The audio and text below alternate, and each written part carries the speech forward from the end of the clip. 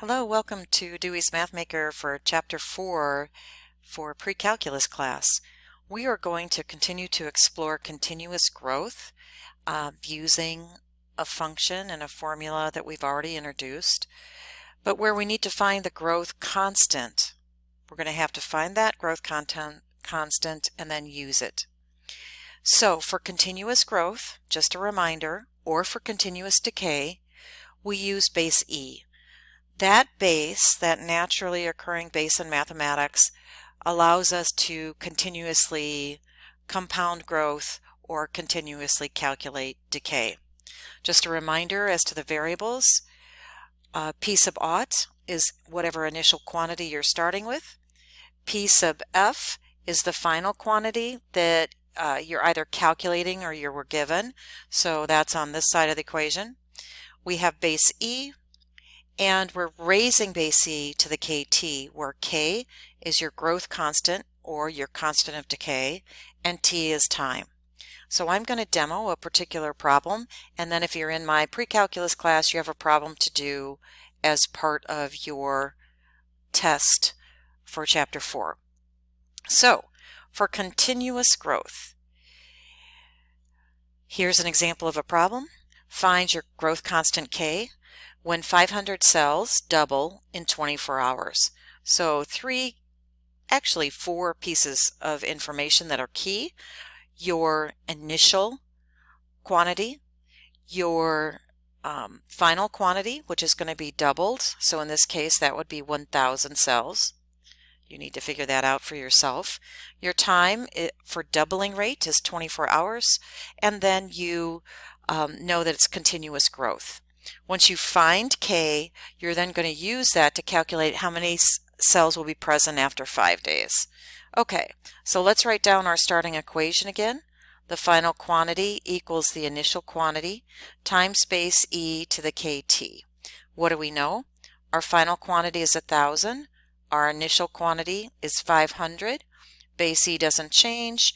We don't know k, and the time allotted for doubling was 24 hours.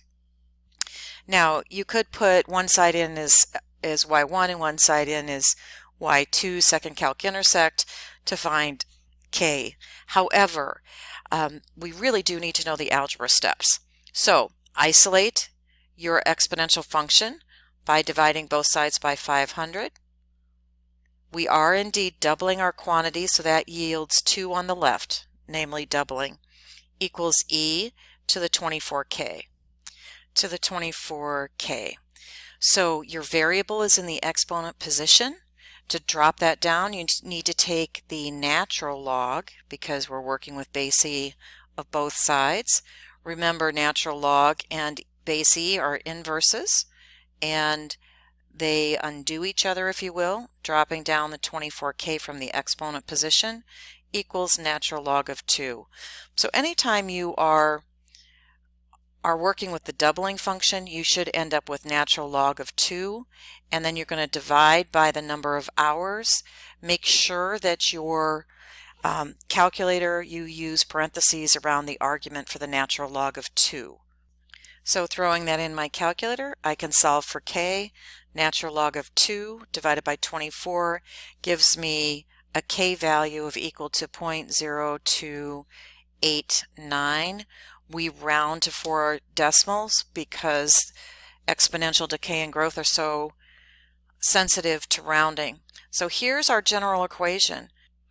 The final quantity is going to equal 500 cells times your base E raised to the 0.0289 times time. Okay, so be sure that your exponent includes your time variable. So, what did our original problem ask us to do? Calculate how many cells will be present after 5 days. Now, you need to know that 5 days is not the quantity you want to input. You are using hours in your formula, and 5 days equals 120 hours. So make sure you're always putting in the correct units into your equation. So, your final quantity can be calculated by using this value times 120. There you go. and plug that into your calculator. Let's see what you get. So I got rounded to a whole number, 16,036 cells after 5 days. This is a good example of why in medicine, if you have an aggressive cancer, you have to diagnose it early and treat it aggressively, because cancer cells do double, and it's all about that doubling rate.